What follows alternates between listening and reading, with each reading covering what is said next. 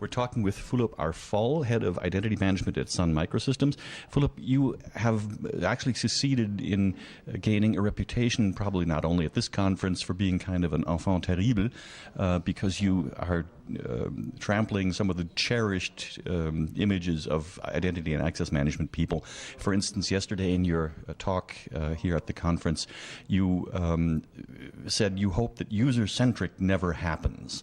I mean, this is, anathema to almost everyone else. How do you mean that?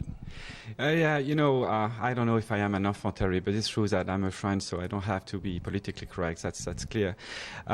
This being said, I never try in those conferences to represent, me as a software vendor, but more my customer and the people I'm talking to. So the user-centric yesterday was, there is no way to connect your brain on internet. That's obvious. Everyone will agree that this will be a terrible idea.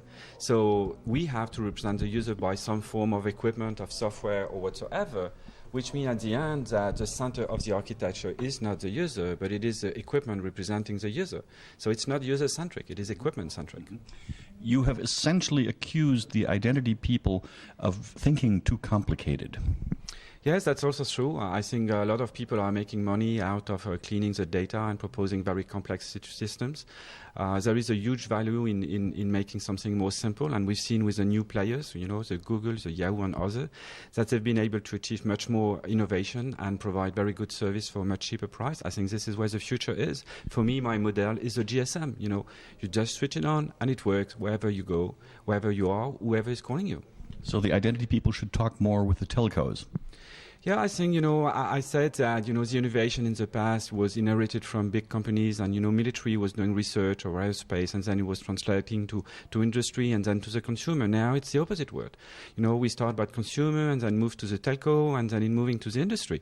It's clear today that in the identity space, the telco are far advanced compared to traditional industry or like the financial industry. It's obvious. And the funny thing is the government are following the telco, which is quite rare. So we can say today that winner number one is telco, second is government, and bank and industry are just very far behind the leaders. Yeah. Okay.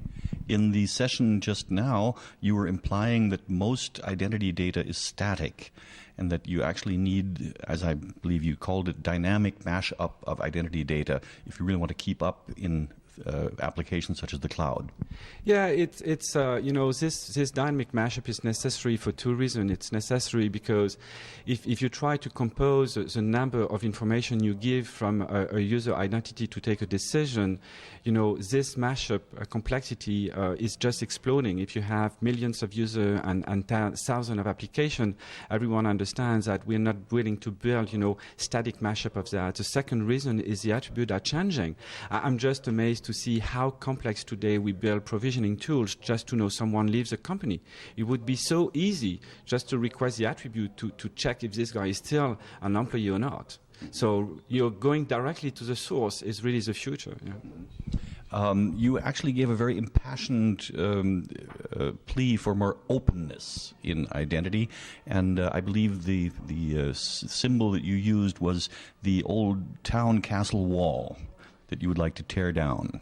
Yeah, it's true. And I shows an image of the city of Carcassonne in France, where you see the two walls, and this is exactly like the two level of firewall with the DMZ and so on.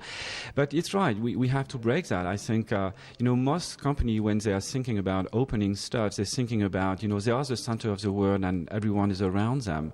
That's not the way it's working. The way it's working is just part of the world, and you are working with others, which means you have to accept information from outside and you have expose information to the outside. Mm-hmm. Most of the IT infrastructure today are not able to do that, and this is preventing innovation. And we see that even if the bank had all the capability to build next generation of service, PayPal was not built by a bank. And I think that's a big lesson. Yeah. Is identity the key to security in the cloud?